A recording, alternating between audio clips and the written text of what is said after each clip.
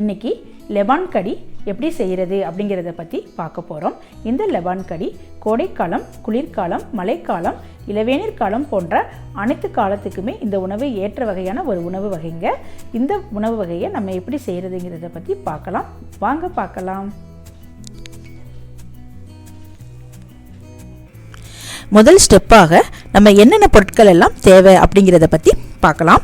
1 cup மோர், அடுத்ததாக அரை spoon கடுகு உளுந்தம்பருப்பு, அரை ஸ்பூன் சீரகம், 4-5 பச்சை மிளகாய், அரை ஸ்பூன் மிளகு, கொஞ்சமாக கொத்தமல்லி இலை, அரை ஸ்பூன் உப்பு, 5 பூண்டை சின்ன சின்னதாக நறுக்கி கட் பண்ணி எடுத்து வச்சுருக்கேங்க, அரை ஸ்பூன் அளவுக்கு மஞ்சள் தூள், அதுக்கப்புறம் கொஞ்சமாக கறிவேப்பிலை.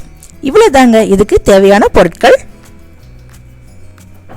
ஒரு பாத்திரத்தில் கொஞ்சமாக எண்ணெய், ஒரு அரை ஸ்பூன் அளவுக்கு எண்ணெய் எடுத்திருக்கேன். இந்த எண்ணெய் சூடானதுக்கப்புறமா நம்ம ஏற்கனவே எடுத்து வைத்திருந்த கடுகு உளுந்தம்பருப்பு, கறிவேப்பிள்ளை, சீரகம், பூண்டு, மிளகு, கொத்தமல்லி இலை இது எல்லாமே நம்ம மொத்தமாக இந்த எண்ணெயில் சேர்த்துக்கிறணும்.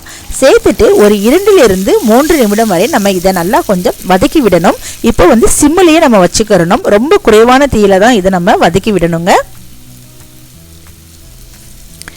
இப்போ பாருங்க, பூண்டு, பச்சை மிளகாய், கறிவேப்பிள்ளை, மிளகு, சீரகம் எல்லாமே நல்லா வதங்கிக்கிட்டு இருக்குது. இந்த மாதிரியான ஒரு பக்குவம் வரணும். இந்த பக்குவம் வந்ததுக்கு அப்புறமா இப்போ நம்ம கொஞ்சமாக தண்ணி எடுத்து தண்ணி சேர்த்துக்கிறணும். தண்ணி சேர்த்து இது எல்லாத்தையும் நல்லா மிக்ஸ் பண்ணி விட்டுறணும். நம்ம ஏற்கனவே சால்ட்டு எல்லாமே நான் சேர்த்துட்டேன், அதனால் இப்போ சால்ட்டு போட வேண்டியது கிடையாதுங்க. உணவே மருந்து, மருந்தே உணவு நிகழ்ச்சியில் நம்ம மருத்துவ குணமுள்ள உணவு வகைகளையும் அந்த உணவு வகைகளை நம்ம சாப்பிட்றதுனால நம்மளுக்கு என்ன நோய்கள் எல்லாம் குணமாயிட்டு வந்துட்டுருக்கு அப்படிங்கிறத பற்றியும் பார்த்துட்டு வந்துட்டுருக்கோங்க.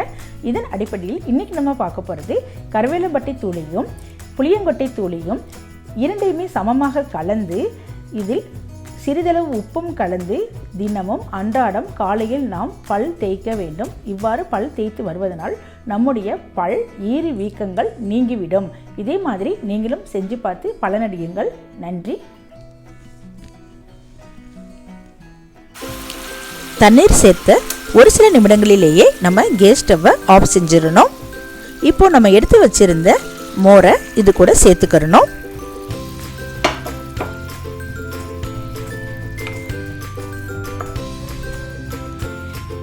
இப்போ எல்லாத்தையுமே நல்லா கலக்கி விட்டுறணும்.